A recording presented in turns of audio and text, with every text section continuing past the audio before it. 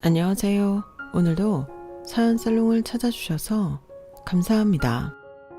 저는 결혼하고 1년 반 만에 돌아온 돌싱녀 30대 여성입니다. 저는 남편이 하도 대리 효도를 강요해 더는 버티지 못하고 이혼했어요. 남자들이 결혼하면 효자가 되고 못난 놈일수록 자기 마누라한테 대리 효도를 강요한다는 말을 듣긴 했는데 그게 제가 될 줄은 꿈에도 몰랐어요. 그리고 결혼하고 난 뒤 연애하면서는 몰랐던 그놈의 진짜 속내를 알게 되고 심지어 제가 극혐 많은 유형의 남자라는 사실을 알았을 때는 그저 이놈에게서 도망가야 한다는 생각밖에 없었는데 제 얼굴에 침 뱉는 일인 걸 알지만 제가 사랑해서 결혼까지 한 그 남자는 정말 최악 중에 최악의 인간이었어요. 그런 인간 말종인 줄도 모르고 평생 검은 머리가 백발이 되도록 함께하자고 혼인서약을 했다니 저에게 시간을 되돌릴 수 있는 초능력이 있다면 그 순간으로 돌아가 그 결혼을 말리고 싶은 심정인데 어쩌겠나요? 저에겐 그런 초능력이 없고 아니다 싶었을 때는 최대한 빨리 뒤도 돌아보지 않고 남은 인생이라도 구하려 했던 저였는데요. 지금부터 짧지만 강력했던 제 최악의 결혼 생활과 남편이었던 그놈이 어떤 놈이었는지 소개해 보겠습니다. 실컷 욕해 주시고 그런 인간을 알아보지 못했던 저에게도 따끔한 충고해 주세요. 그럼 바로 시작해 볼게요. 그 인간과 저는 소개팅으로 만났어요. 처음 만났을 때부터 서로 호감이 있던 터라 연애 기간은 1년 조금 넘게 했는데 그 길로 결혼을 약속했죠. 결혼하기까지 너무 짧았던 거 아니냐고 생각하시는 분들 많으실 텐데 저희는 1년 내내 별다른 일이 없으면 거의 매일 만났어요. 그리고 서로 말도 잘 통하고 생각하는 가치관도 비슷해 싸울 일도 없었는데 양보다 질이라고 우리는 자주 만나는 통상 사계절을 함께 했으니 결혼을 해도 잘 살 거라는 확신이 있었죠. 하지만 결혼식이 끝나고 남편은 제가 알던 그 사람이 아니었는데요. 그 연애 기간 동안 혼신의 연기를 했던 건지 아니면 이젠 저란 사람은 잡은 물고기라 맞춰줄 필요가 없다고 생각한 건지 남편의 태도가 180도 달라졌는데 처음으로 제가 남편의 변화를 인지한 건 결혼하고 처음 맞이하는 추석 명절이었어요. 결혼 전에는 명절이면 당연히 엄마랑 추석 음식 만들고 연휴 내내 TV 보고 친척들이랑 노는 것이 저의 일이었는데 결혼 후에는 우리 집이 아닌 시댁에 가야 하니 살짝 긴장이 되더라고요. 그리고 그런 긴장감을 안고 시댁에 도착하니 시어머니가 음식 밑준비를 하시느라 분주했는데요. 그때 남편이 기세등등하게 이렇게 말하더라고요. 엄마, 이제 며느리도 있으니까 쉬엄쉬엄 해. 아니다. 이제 엄마는 음식하지 말고 며느리 시켜. 엄마 그동안 명절 음식 혼자 한다고 고생 많이 했지. 이제 고생 끝, 행복 시작이야. 이제부터는 힘든 일, 굳은 일, 젊은 며느리한테 하라고 해. 저는 남편의 말을 듣고 황당해서 제 귀를 의심했어요. 아무리 농담으로 아들이 자기 엄마 기분 좋게 하려고 한 말이라 생각하려 해도 사람을 옆에 두고 저렇게 말을 하다니 저는 깜짝 놀라 눈이 동그래졌어요. 그러자 남편은 저를 향해 찡긋하며 분위기 파악을 하지 못했는데 그래서 저도 어색하게 웃으며 농담하듯 남편한테 그랬어요. 자기야, 무슨 며느리만 일을 해. 그러지 말고 자기도 같이 하자. 자기 원래 똑같이 같이 하는 거 좋아하잖아. 무슨 소리야. 나는 무슨 부엌 일을 해. 그리고 자기가 몰라서 그러는데 우리 집은 원래가 여자들만 부엌 일 해. 뭐라고? 자기가 누나가 있는 것도 아니고 여동생이 있는 것도 아닌데 그럼 여자라는 이유로 지금까지 어머님만 명절 준비를 하셨단 말이야? 진짜 다들 너무하다. 사람이 몇인데 우리 어머니 불쌍해서 어떡해? 저는 일부러 남편과 다른 가족들 들으라고 과장해서 말했어요. 그때 시댁이 큰 집이라 일찍 온 친척들도 두세 명 계셨는데 제 말에 시선이 삽시간 남편과 아버님을 향해 쏠렸죠. 그러자 시어머니가 안절부절 못하시며 남편한테 괜찮다고 그만하라고 하셨는데요. 저는 시어머니에게 아니라고 남편 말대로 지금까지 고생하셨으니 방에 들어가 쉬시라고 했어요. 죽이 되든 밥이 되든 저랑 남편이 명절 음식 할 테니 맡겨주시라고 했는데 그때 시어머니와 남편, 시아버님까지 죽을 상을 하고 있더라고요. 거기에서 저는 물러서지 않았어요. 아예 주방으로 들어가 앞치마와 고무장갑을 꺼내 남편한테 입혀주며 설거지부터 하라고 등을 떠밀었고 시아버님께는 재료 좀 칼로 썰어 달라고 했는데 그러면서 저는 가장 어려운 전을 부치겠다고 했죠. 그러자 친척들은 재미난 구경이라도 났다는 듯 남편과 시아버님을 보며 키득거리기 시작하셨는데 그때 시어머니 표정이 살벌했어요. 며느리인 제가 자기들 망신을 시킨다고 생각하신 거죠. 하지만 저는 아랑곳하지 않았는데요. 일단 시작은 남편이 먼저 했고 저희 친정은 명절이든 누구 생일이든 온 가족이 집안일을 함께 하기 때문에 누군 일하고 누군 쉬는 게 용납이 되지 않았어요. 심지어 주방일을 제외하고 집안일은 저희 아빠가 제일 잘하시는데 저보다 6살 어린 남동생도 집안일에 능숙했어요. 저희 엄마가 성년의 날에 동생에게 앞치마를 선물하며 장가가고 싶으면 음식이랑 집안일 배워야 한다고 하셨는데 진짜 장가는 가고 싶은 건지 동생이 곧잘 집안일을 하게 되었죠. 그에 반면 딸인 저는 시집가면 평생 한다고 오히려 쉬엄쉬엄 하라고 나름 대접을 받고 살았는데 결혼하자마자 남의 집 무수리가 되게 생겼으니 저도 모르게 짜증이 나더라고요. 그리고 잘못된 관습은 내 손으로 바꿔야겠다고 생각했는데 시어머니가 더 싫어하시더라고요. 아니, 그동안 혼자만 일하신 거 이제 와서 며느리가 바꿔주겠다고 하는 건데 정작 시어머니가 그럴 필요 없다고 제가 남편한테 입혀준 앞치마를 벗기시는데 답답하더군요. 그리고 시어머니는 그 앞치마를 저를 주시며 힘든 거 안 시킬 테니 따라 들어오라고 하는데요. 저는 죄송하다고 남편이랑 같이 하겠다고 물귀신처럼 남편을 물고 늘어졌어요. 그러자 남편도 다른 친척들 보는 눈이 있어 그런가 버티지 못하고 알겠다고 같이 하자고 주방으로 들어왔고 시아버님과 아주버님은 자기 일 아니라는 듯 거실에서 다른 친척들과 함께 TV를 보고 있는데 점점 남편의 입이 튀어나오더군요. 아니, 자기가 먼저 도발했는데 왜 자꾸 저한테 눈치를 주는 건지. 저는 남편이 째려볼 때마다 똑같이 눈을 치켰다며 물러서지 않았죠.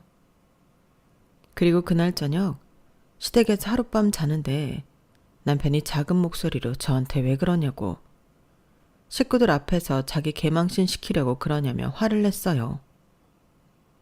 개망신? 그게 왜 개망신이야? 자기야말로 어머니한테 그랬잖아. 이제 며느리 생겼으니까 힘든 일 굳은 일 며느리 시키라고. 그게 내 앞에서 할 소리야? 내가 힘든 일 굳은 일 하려고 자기랑 결혼했어? 아니, 그거야. 그냥 우리 엄마 기분 좋으라고 한 소리지.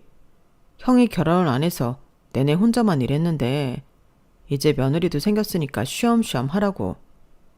나는 오히려 식구들 앞에서 자기 위신을 세워주려고 했던 거야.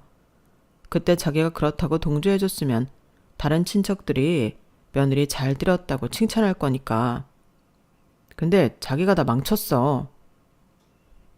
무슨 소리야. 누가 그런 걸로 칭찬을 해. 지금이 뭐 80년대야?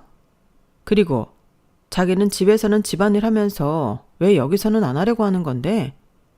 원래 여자만 부엌 일을 한다니.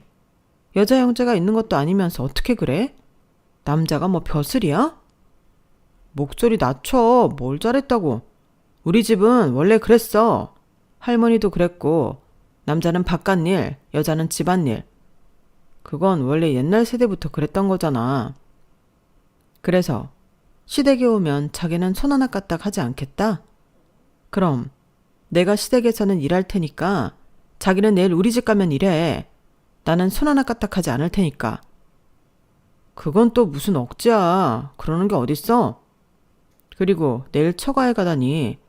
결혼하고 첫 명절인데 연휴 마지막까지 우리 집에 있어야지. 손님들 계속 올 텐데. 뭐라고? 그럼 나는 이번 명절에 우리 집에 못 가? 자기야, 이제 자기는 시집 왔어. 그럼 어디가 우리 집이야? 우리 집은 자기랑 나랑 사는 집이 우리 집이고 시댁의 1순위, 친정이 2순위지. 이번 명절에 일부러 며느리 인사받으라고 우리 부모님이 친척들 초대 많이 했다고 했으니까 이번 명절은 계속 우리 집에 있어야 해. 무슨 말도 안 되는. 그게 원래 관습이야. 그리고 자기가 내일 제일 먼저 일어나서 아침상 차려야 하는 거 알지? 뭐 오늘 대충 음식들 다 했으니까 내일은 새밥이랑 국만 끓이면 되겠다. 저는 남편의 말을 듣고 어안이 벙벙했어요.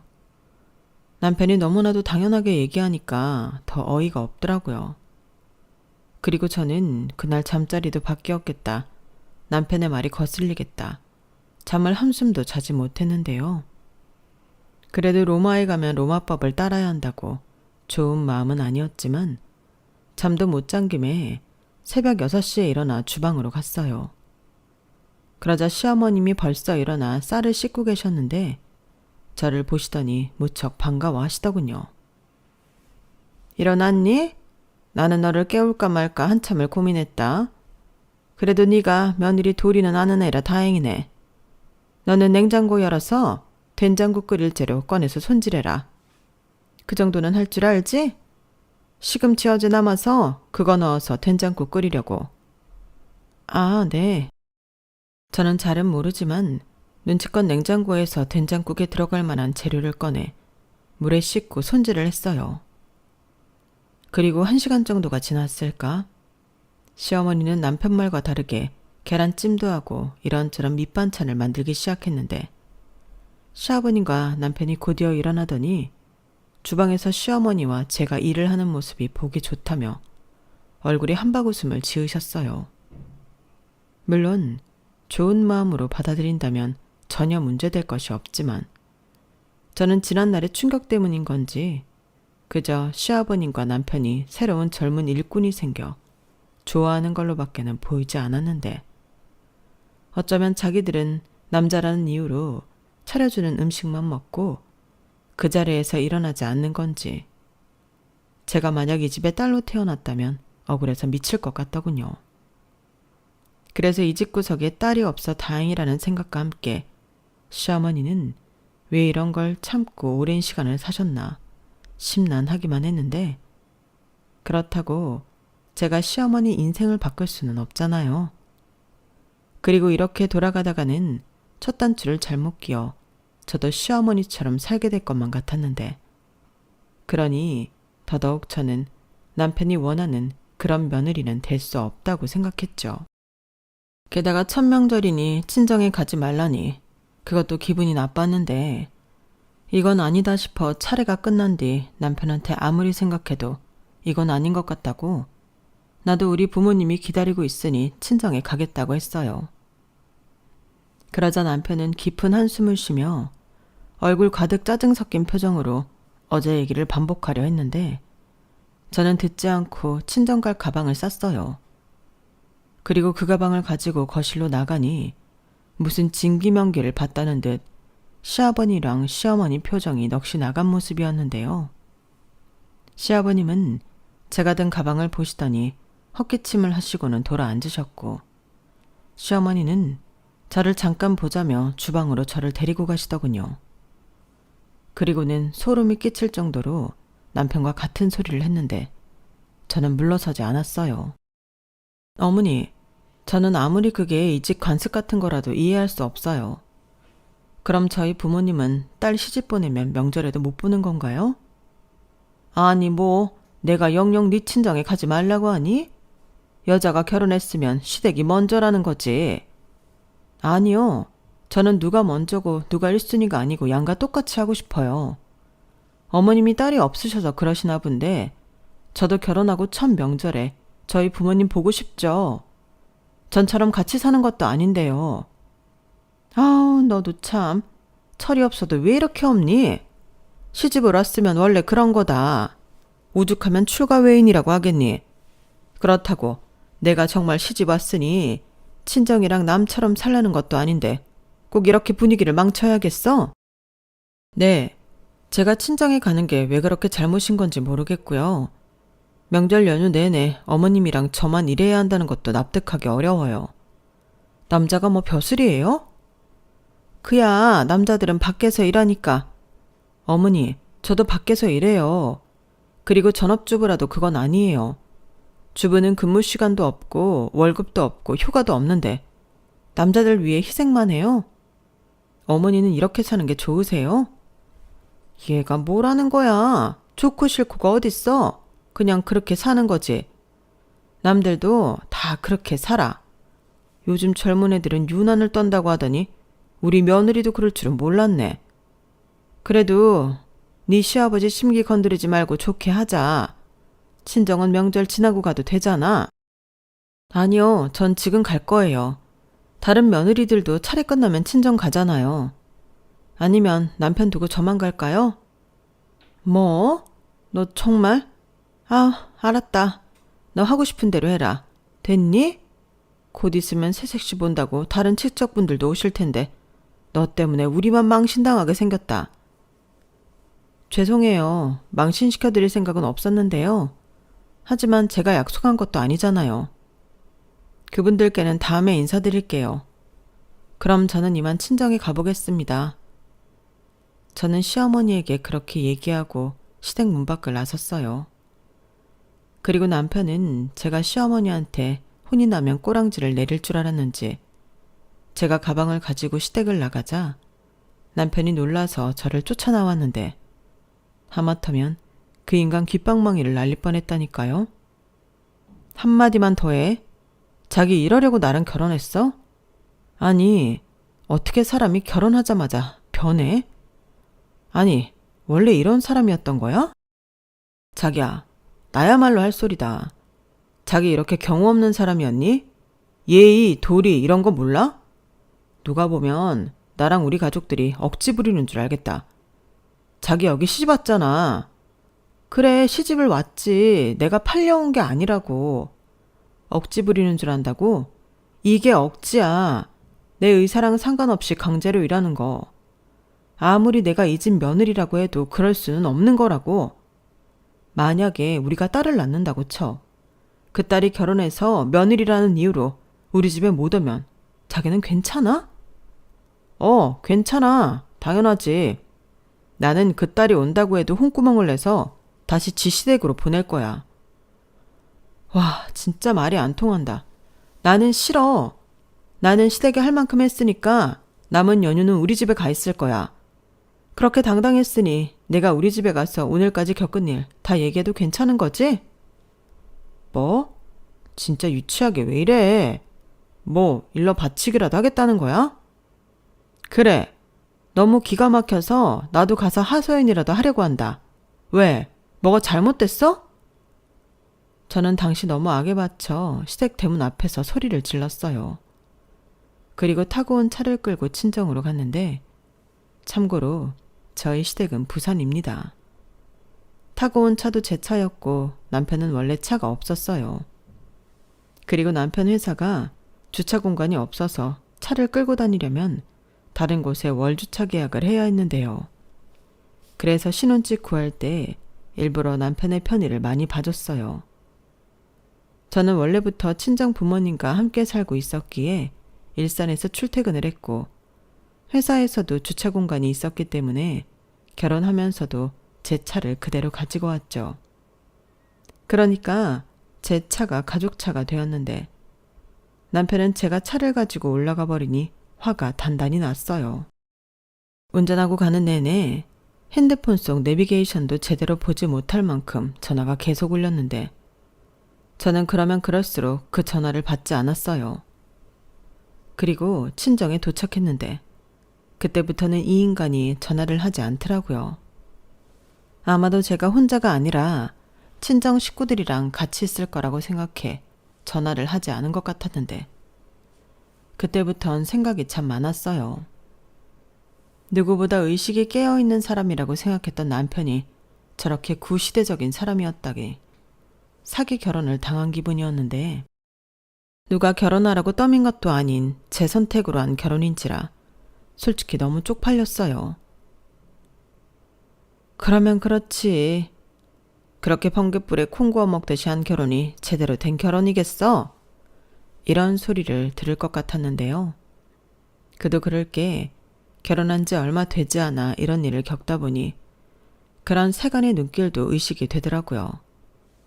그리고 저의 잘못으로 저희 가족 역시 곤란을 겪을까봐 힘들었는데 그러니 이러한저런 원망이 모두 남편에게로 향했죠. 그리고 차가 없는 남편놈은 연휴 마지막 날에 겨우 표를 구해 집으로 올라왔다며 손에는 자기 집에서 싸준 음식을 바리바리 들고 왔는데 남편은 어떻게 자기랑 자기 가족에게 이럴 수 있냐며 자기가 얼마나 고생했는지 아냐고 화를 냈어요. 저 역시 이때를 기다렸기 때문에 지지 않고 화를 냈죠. 이럴 거면 명절에 각자 집에 가자고 제가 먼저 얘기했는데 남편이 세상 천지 며느리가 시댁에 가지 않는 명절이 어딨냐며 저를 못 배운 사람이라고 했는데 정말 기가 막혔어요. 제가 타임머신을 타고 조선시대에 살고 있나 착각할 정도였다니까요. 그리고 그 이후 남편의 말은 더 기가 막혔는데 제가 시집가서 첫 명절을 망쳤으니 자기 집에 전화해서 죄송하다고 말을 하라고 했는데 그러면서 덧붙이길 저더러 시부모님과 남편을 존경하는 자세를 갖추라고 하더군요. 그 말을 듣는데 진심으로 너무 웃겨서 물을 먹다가 그 인간 얼굴에 정확하게 뿜었어요. 존경하는 자세를 갖추라니 자기가 뭐 선생님인가요? 그래서 저는 말 같지 않은 소리 그만하라고 더 큰 소리를 쳤어요. 자꾸 이러면 나도 곤란해. 어차피 몇 달 살지도 않았는데 이혼하고 싶어서 그래? 왜? 결혼했으니까 다 끝난 줄 알고 본색을 드러내는 거야? 아니, 어디까지 실망시킬 건데? 정말 이혼 서류에 도장 찍어야 끝나는 일인 거야? 뭐? 이혼? 아니, 어떻게 된 게 여자 입에서 먼저 이혼 소리가 나오지? 결혼이 무슨 애들 장난이야? 장난이었으면 내가 이러고 있지도 않지. 나는 지금 사기 결혼 당한 기분이야. 내가 지금 무슨 심정으로 참고 있는 줄 알기나 해? 아니, 애당초 이런 사람이면 결혼 전에 나한테 말을 했어야지. 결혼하면 무조건 시댁이 1순위라고. 왜? 그때는 아닌 척하고 있더니 결혼하자마자 이러는 거야? 내가 만만해? 전날은 저희 부부가 처음으로 부부싸움을 한 날이었어요. 아니, 연애 기간에도 제대로 된 싸움을 한 적이 없으니 최초의 싸움이라고 해도 될 것 같은데 저는 그날 분명히 말했어요. 저랑 헤어지지 않고 살 거면 다음 명절에는 친정에 먼저 가자고 했는데 이번처럼 시댁에 갔다가 친정에 간다고 하면 발목이 잡힐 것을 우려해 아예 처음부터 친정을 먼저 가야겠다고 생각했어요. 그리고 친정 식구들에게 말해 남편한테도 똑같이 지 집에 못 가게 붙들어 보고 싶은 마음이 있었는데 눈에는 눈, 이에는 이라고 똑같이 느끼게 해주고 싶었어요. 하지만 남편은 제 말에 콧방귀만 낄 뿐 아무런 대꾸도 하지 않았고 저는 남편에게 약속을 받지 않는 한 정말로 이혼 생각을 하고 있었는데요. 이혼을 할 때 하더라도 다음 명절까지는 기다렸다가 하고 싶었어요. 그래서 세상 아무렇지 않다는 듯 평소처럼 똑같이 일상생활을 하기 시작했는데 남편도 스리슬쩍 명절 일을 잊은 듯 저에게 치근덕거리기 시작했어요. 하지만 그 어떤 약속도 받아내지 못했는데 제가 그걸 허락할 리가 없었고 저는 틈을 보이지 않았는데요. 자기도 자존심은 있는지 몇 번 거절당하고는 저를 건드리지 않았어요. 그리고 기다렸던 다음 명절인 설날이 되었는데 그때도 남편은 아무렇지도 않게 도를 넘더군요. 이번 설에는 집에서 음식을 좀 해서 갈까? 그럼 엄마랑 아빠가 엄청 좋아하실 텐데. 우리 아빠는 갈비찜을 좋아하니까 갈비 사다 양념에 재서 가고 전도 자기가 부쳐서 가자. 그러면 우리 집에 가서는 데워서 먹기만 하면 되잖아. 전도 너무 많이 하지 말고 고추전이랑 동태, 깻잎, 동그랑땡, 또 뭐 있지? 아, 버섯이랑 고추전 정도만 하고 갈 때 과일도 좀 사가야겠다. 라고 자기 혼자 명절 계획을 세우고 있었는데 그 말을 듣는데 기가 막혔어요. 아니, 자기가 할 것도 아니면서 아주 친절하게 제가 할 일을 자기가 계획을 세우더라고요. 그리고 저는 애당초 설날에 시댁에 갈 생각이 없었는데요. 남편이 지난 명절에 제가 원하는 약속을 해주지 않았으니 저는 그에 맞는 명분이 있었어요. 그래서 친정에도 명절 첫날부터 혼자 갈 거라고 미리부터 얘기를 해놓았는데 저희 엄마는 싸웠냐고 물어보더니 제가 자초지종을 이야기하자 알겠다고 제 마음을 알아주셨어요. 저희 엄마도 당신 딸이 시댁에 가서 종처럼 일하는 게 싫었는지 와서는 손 하나 까딱하지 말라며 그날 아예 근처 나들이라도 가자고 하셨는데요. 저는 좋다고 했어요. 그렇게 기다리던 설 전날이 되었어요. 남편은 오전 근무만 하고 집에 왔다며 근무하고 있는 저에게 연락을 했고 장거리 운전을 해야 하니 차 점검을 해야 하는 거 아니냐며 저달을 차를 가져갔냐고 물었는데 당연히 차를 가져왔다고 했죠. 차 가져갔어? 내가 아침에 차는 두고 가라고 했는데 자기 못 들었구나. 그럼 자기가 차량 점검받고 와. 아니, 오늘 같은 날은 휴가를 좀 썼어야 하는 거 아닌가? 자기 음식도 하려면 바쁠 텐데 장은 봤어? 장을 왜 봐? 그리고 나 오늘 늦어. 내일부터 연휴라 일 못하는데 미리 끝내놔야 할 게 좀 있어서. 뭐? 아니, 내일 아침 일찍 부산집에 가야 하는데 뭐 얼마나 늦게 온다는 건데? 그럼 명절 음식은? 그런 생각이었으면 더 미리부터 준비를 해놨어야지. 그니까 내가 왜 그걸 준비해야 하냐고. 자기 잊었어?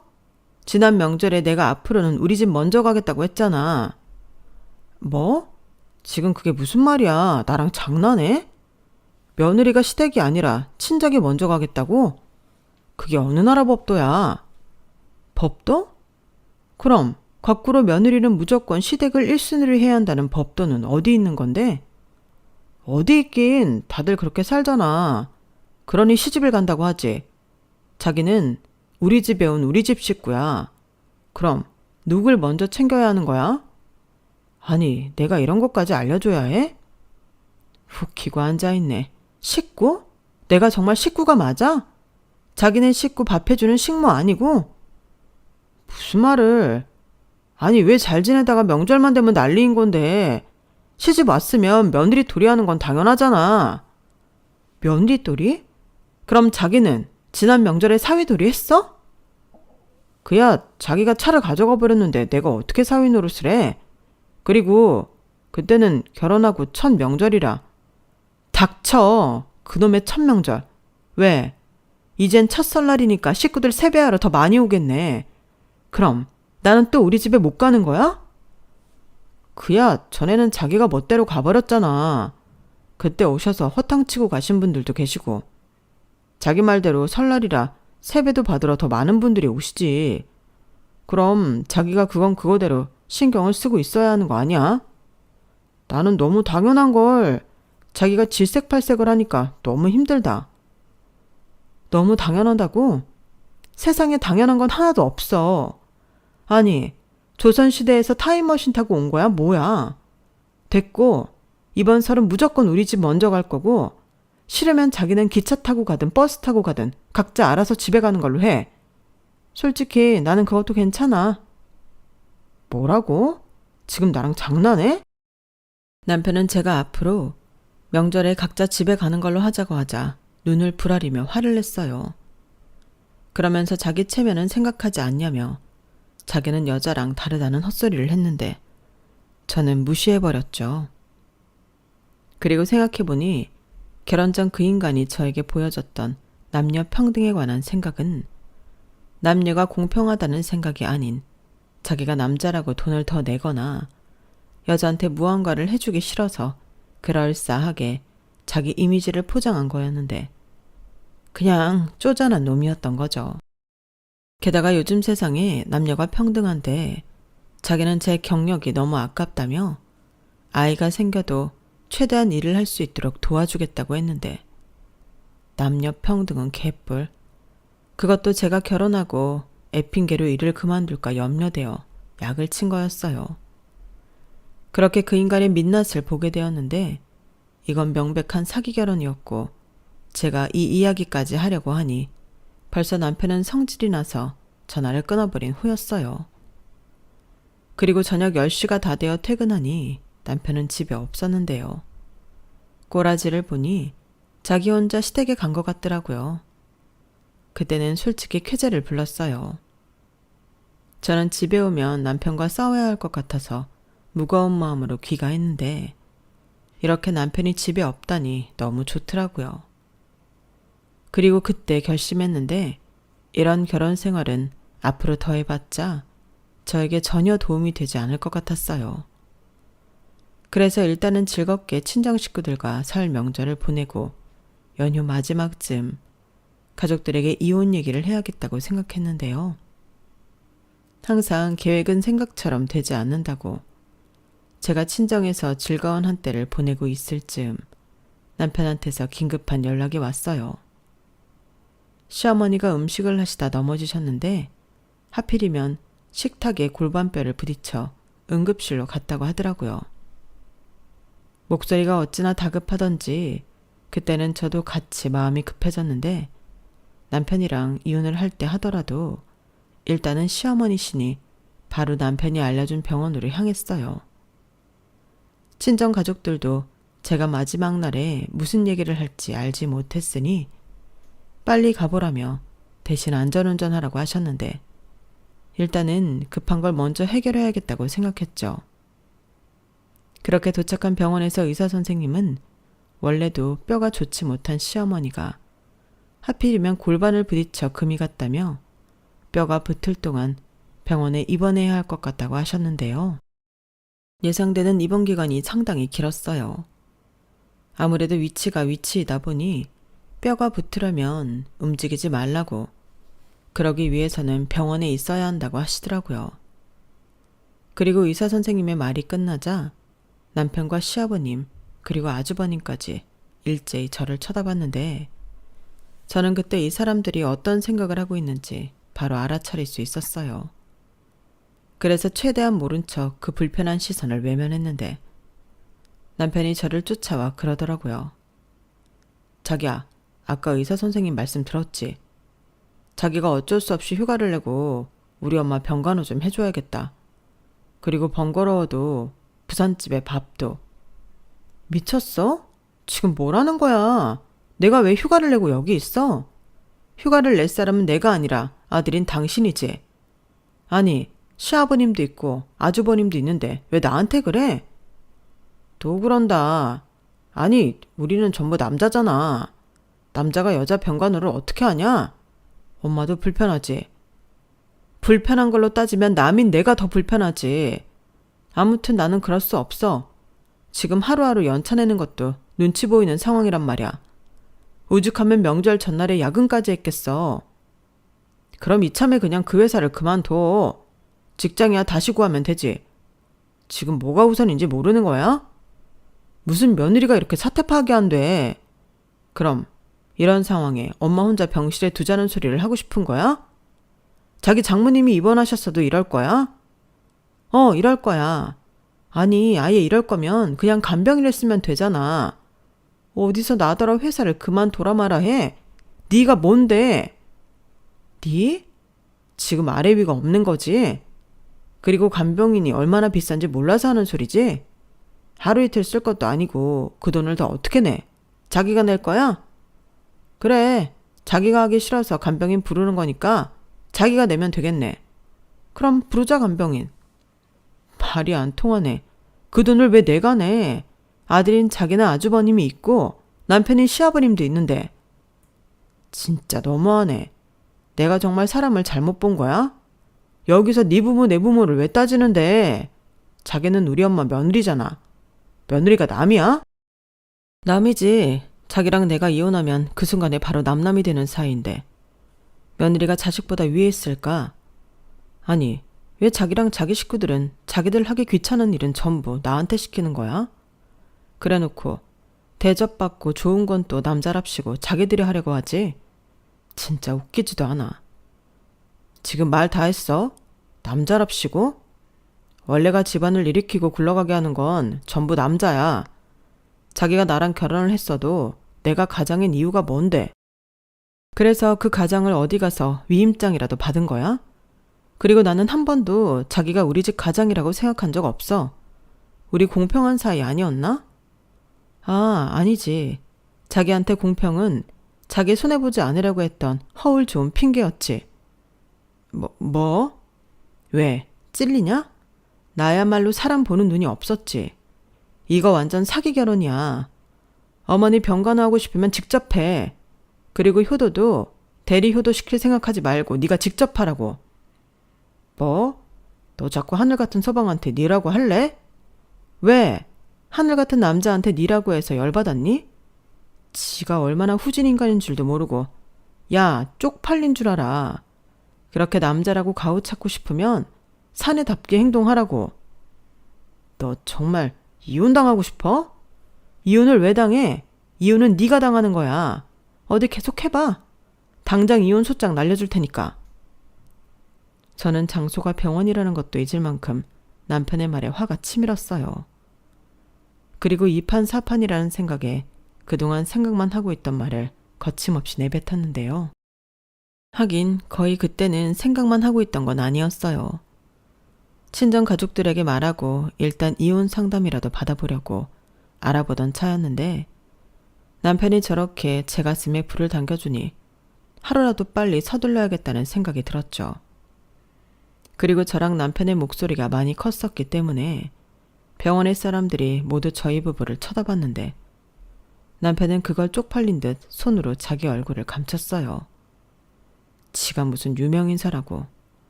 진짜 쪽팔린 게 뭔지도 모르는 그 인간을 보며 저는 완전히 마음이 갈라서기로 굳혔는데 그래서 뒤도 돌아보지 않고 차를 끌고 서울 집으로 갔죠. 하루에, 그것도 명절 연휴에 장거리 왕복 운전을 하니 정말 몸은 피곤했는데 얼마나 열이 받았는지 졸리지도 않았어요. 그렇게 새벽에 집에 도착한 저는 그 길로 간단히 짐을 쌌는데요. 다음날 아침에 다시 친정으로 갔죠. 그러자 친정 식구들은 깜짝 놀랐는데 제가 가지고 온 짐을 보고 저희 엄마는 예상이라도 한 듯 저에게 잘 왔다고 하셨어요. 그때 어찌나 엄마의 말이 고맙든지 내내 괜찮다고 생각한 제 눈에서 눈물이 왈칵 쏟아졌는데 그날 하루 동안 거의 100통 가까이 남편놈에게 전화가 울렸죠. 그리고 자기 전화 안 받으면 앞으로는 각오하고 살아야 할 거라며 가짜는 협박질을 했는데 그러면서 또 한다는 말이 정말 웃겼어요. 저더러 자기 아니면 어떤 남자가 저 같은 여자를 데리고 살겠냐며 주제넘는 말을 했는데 저는 보기 좋게 무시해버렸죠. 솔직히 아쉬울 건 제가 아니라 그놈이었거든요. 당장 시어머니 없으면 라면도 제대로 끓여 먹지 못하는 인간들이었는데 남편의 말은 제가 하고 싶은 말이기도 했어요. 그렇잖아요. 저런 남자를 누가 데리고 살겠냐고요. 일단 저부터도 버리고 싶은 남자인데 저 인간은 자기 주제를 몰라도 너무 모르는 게 안타까울 지경이었어요. 그리고 어차피 헤어질 건데 망설일 이유도 없었는데요. 그래서 친정 가족들에게 이혼 의사를 밝히고 남동생 선배가 잘 아는 변호사가 있다고 해서 이혼 상담까지 받았어요. 저희가 정확히 반반 결혼을 한 터라 이혼이 아주 쉽다고 하더라고요. 게다가 아이도 없고 혼인기간도 짧으니 그냥 가지고 온 거 그대로 가지고 헤어지면 된다고 했는데요. 저는 일단 알겠다고 했어요. 그런데 변호사님이 제일 좋은 건 역시 합의 이혼이라며 소송을 가면 시간도 많이 걸리고 비용도 많이 든다고 했는데 그래서 마지막으로 남편과 합의 이혼에 대한 이야기를 나눠볼 생각이었죠. 물론 그 인간이 순순하게 이혼 서류에 도장을 찍을 것 같진 않았지만 일단 해보려고 마음을 먹고 있는데 그렇게 이것저것 알아보고 준비하는 시간이 길어져 보름 정도가 눈 깜빡할 사이에 지나갔는데 회사 일도 바쁘다 보니 정말 정신이 하나도 없었어요. 더욱이 친정에서 출퇴근을 하다 보니 시간이 더 없었는데 그러는 사이 남편이 간병인비가 아까워 휴가를 내고 시어머니 병간호를 하고 있다는 사실을 알게 되었죠. 아주버님이 핸드폰 대리점을 하고 있는데 뺀질거리기는 남편보다 더해서 남편한테 모두 떠넘긴 것 같았어요. 그러니까 자기 식구들한테는 온갖 호구짓을 다 당하면서 저한테만 큰 소리 치던 게 제 남편이었는데 지도 보름 정도 생고생을 하다 보니 제가 많이 아쉬워진 것 같았는데 그때 가뜩이나 바빠 죽겠는데 모르는 번호로 전화가 연거푸 걸려오더라고요. 그래서 저는 업무 전화가 오는 줄 알고 전화를 받았고 핸드폰 너머 들리는 남편 목소리에 저절로 얼굴이 구겨졌는데 남편이 다 죽어가는 목소리로 저랑 통화하고 싶어서 간호사님에게 부탁을 했다며 저에게 무조건 잘못했다고 빌기 시작했어요. 나 정말 반성 많이 했어. 그래, 자기 입장에서는 불쾌할 수 있지. 자기가 우리 집 며느리 되려고 나랑 결혼한 게 아닌데 내가 너무 과했어. 우리 엄마도 너 같은 아들보다 며느리가 100번 1000번 좋다며 나더러 꼴 보기 싫대. 자기야, 내가 정말 잘못했어. 내가 어리석은 남편이었다. 왜 이래 갑자기? 이건 또 무슨 수작인데? 수작 아니야. 나 자기 그렇게 가고 생각 정말 많이 했거든. 그리고 내가 간병을 해보니까 이런 걸 자기한테 시키려고 했다니. 내가 너무 후진 사람 같고 앞으로 잘해야겠다는 생각밖에는 들지 않아. 앞으로는 무조건 자기한테 먼저 의사를 묻고 자기 생각 존중할게. 그러니까 자기야, 우리 화해하자. 일단은 다 떠나서 오랫동안 자기를 못 봤더니 너무 보고 싶어. 그런데 내가 엄마를 두고 갈 수 없으니 자기가 한번 병문안 온다고 생각하고 나 보러 와주면 안 돼? 나한테도 기회를 줘. 진짜 앞으로는 자기가 바라는 남편이 돼볼게. 지금 생각하면 저 말도 진정성을 살펴야 했는데 저는 그때 남편의 기가 팍 죽은 목소리에 희망을 느꼈어요. 그리고 남편이 진심으로 사과를 하는 거면 기회를 한번 줘볼까?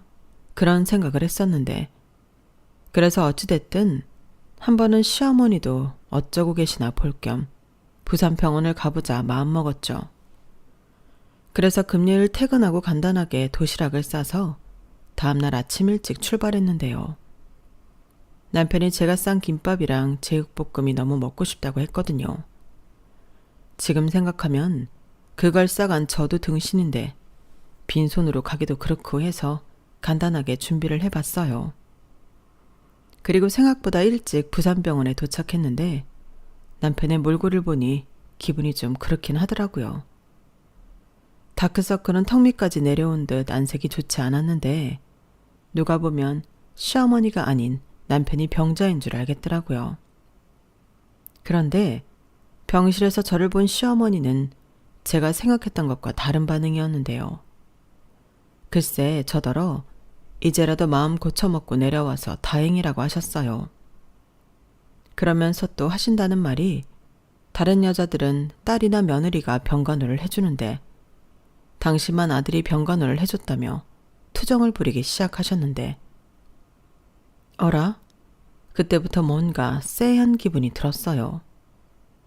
그리고 남편은 제가 주지도 않았는데 제가 싸간 도시락을 펼쳐서는 걸신이라도 들린 듯 허겁지겁 김밥과 제육볶음을 먹기 시작하는데 딱 며칠 굶은 거지 같았고 그 모습을 보던 시어머니는 자기 아들이 너무 불쌍하다며 제 등짝을 퍽 하고 치셨어요. 저거 봐라. 너는 네 남편을 저렇게 두고 싶니? 어떻게 네가 아니라 네 남편이 병간호를 시켜.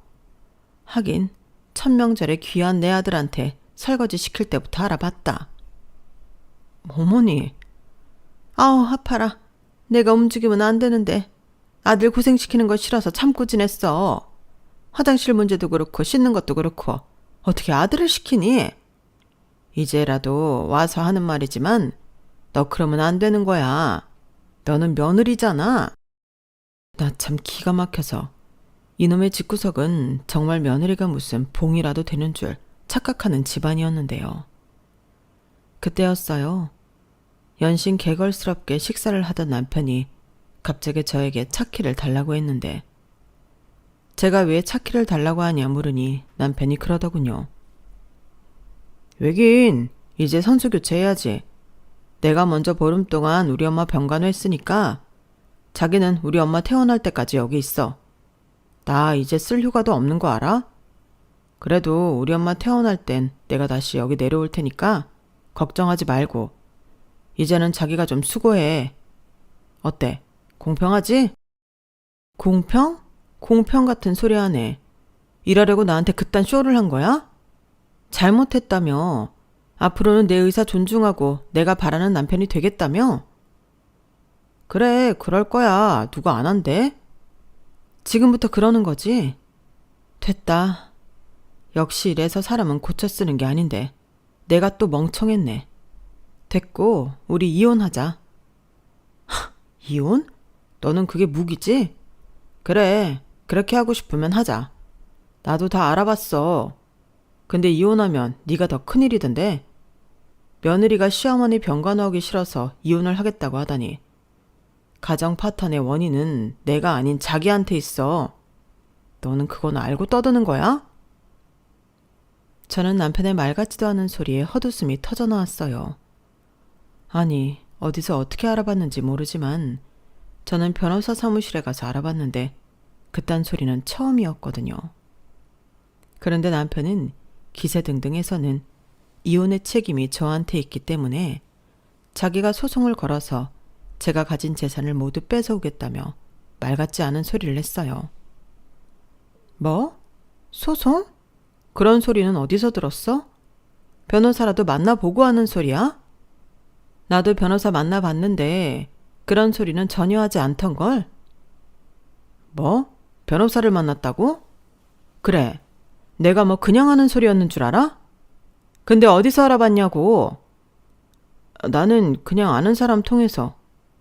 그 아는 사람이 설마 인터넷이니? 아니, 알아보려면 제대로 알아봤어야지. 그래, 해보자. 이혼의 책임이 누구한테 있는지. 그리고 여기서 딱 정해. 유책 배우자가 전 재산 다 내놓기로. 어때? 뭐? 너는 뭐가 그렇게 당당해? 넌 뭐 들은 말이라도 있는 거야? 그럼 없을까봐. 이것도 그만 처먹어. 너 같은 걸 먹이겠다고 이걸 쌌다니. 내 손모가지를 분질러버리고 싶으니까. 저는 그놈 앞에 있는 도시락을 뺏어들고 바로 쓰레기통에 버려버렸어요. 그러자 병상에서 꼼짝도 못하는 시어머니가 안달이 나셨는데 저는 속아서 여기까지 왔다는 게 너무 분통이 터져서 그때는 시어머니의 모습이 눈에 들어오지 않았어요. 그리고 자기가 먹던 음식이 쓰레기통에 버려지자 남편도 눈이 횟가닥 돌았는데 저는 오히려 잘 됐다고 생각했어요. 변호사님은 합의하는 게 제일 좋다고 했지만 그건 역시나 불가능한 일이었고 남편이 이렇게 또 소중한 증거를 만들어주니 그게 역으로 고맙기만 했는데 그동안 남편이 보낸 문자들도 차고 넘치게 저장되어 있었으니 이혼은 자신이 있었어요. 그리고 저는 그 길로 올라와 다음날 바로 이혼 소장을 작성해 발송했고 그렇게 시작된 이혼 소송은 당연히 제가 유리하게 흘러갔는데 결혼하자마자 강제로 저에게 며느리 도리를 강요하며 친정에도 가지 못하게 했다는 것부터 이혼의 사유로 인정이 되었어요. 그때 남편은 아니 이건 너무 당연한 건데 억울하다고 자기 변호사가 말리는데도 입에 거품을 물었는데 판사님이 저런 남편을 실시간으로 보시더니 제 편을 더 들어주시더라고요. 그리고 걱정했던 것보다 소송이 길진 않았는데 이참에 저는 위자료 청구 소송까지 진행하게 되었어요. 솔직히 그 인간 재산까지 가져올 마음은 없었는데 너무 괘씸해서 하는 데까지는 하고 싶더라고요. 그리고 변호사님도 이왕 하는 거 싹 다 하는 게 낫다고 해서 바로 진행했는데 금액이야 어마어마한 돈도 아니었지만 보란 듯이 뜯어오고 싶더라고요. 그리고 그놈은 자기가 생각한 것과 현실이 다르다는 걸 그제야 알았는지 저를 찾아와 비굴하게 같이 산 정도 있으니 위자료는 안 받는 걸로 해주면 안 되겠냐고 했는데요. 그 모습을 보니 더 악착같이 받아내고 싶어졌죠. 생각해보니 그놈이 결혼 전부터 가지고 왔던 신용대출 빚도 있으니 제가 그놈의 전 재산을 모두 가져온 것과 다르지 않게 되었더라고요. 그리고 그 사실을 알고 어찌나 고소하던지. 그렇게 지 돈 다 뺏긴 그놈은 저더러 독한 년이라며 애당초 돈 뺏으려 제가 자기한테 접근한 거 아니냐는 망언을 했는데요. 진짜 어이가 없더라고요. 아니, 지가 무슨 재벌 2세 3세라고 그런 말을 하는 건지 웃기지도 않았는데 그때 제가 계속 그러면 모욕죄까지 더해 회사에도 소문 내주겠다고 친절하게 말해줬죠. 그러자 그 인간이 바로 꼬랑지를 내렸는데 아마도 자기 체면이 목숨처럼 중요한 인간이라 제가 한 말이 더 무섭게 느껴졌을 겁니다. 원래 그런 놈이거든요. 그리고 그렇게 그놈을 빈털터리로 만드니 결혼 생활 내내 답답했던 속이 뻥 하고 뚫리는 것 같았는데요. 본인은 아니었지만 이혼하고 마음고생한 목까지 재산 분할에 성공해 저는 다시 자유로운 싱글로 돌아왔어요. 자유라는 게 평상시 갖고 있을 때는 몰랐는데 누군가 억누리라고 하니 엄청 억울하다는 걸 새삼스레 깨달았어요. 그리고 다시 되찾은 소중한 자유인 만큼 앞으로의 제 인생을 더 멋지고 신나게 살아갈 예정인데요. 너무 짧은 결혼 생활이라 이런 사연을 쓴다는 게 조금 부끄럽지만 제 사연을 들어주신 고마운 여러분들 앞에서 약속하고 싶었어요. 이젠 이혼은 흠이 아닌 선택이잖아요. 아니다 싶으면 빨리 손절해야죠. 그리고 시대에 어울리지 않게 남자로 태어난 것이 벼슬인 줄 아는 그 인간들과 그 집구석이 앞으로 평생 시집오는 며느리 없이 자기들끼리 지지고 볶고 살았으면 하는데요. 부디 미혼 여성분들은 저런 집구석을 조심하시기 바랍니다. 이상 제 이혼 사연은 여기까지였어요. 지금까지 제 사연 들어주셔서 감사드리고요. 저는 앞으로 쭉 씩씩하고 당당하게 저만의 꽃길 인생을 살아가겠습니다. 행복하세요. 안녕히 계세요. 여러분, 사연 댓글에 응원과 현명한 조언 부탁드려요. 좋아요와 구독은 저에게 큰 힘이 됩니다. 오늘도 좋은 일 가득하세요.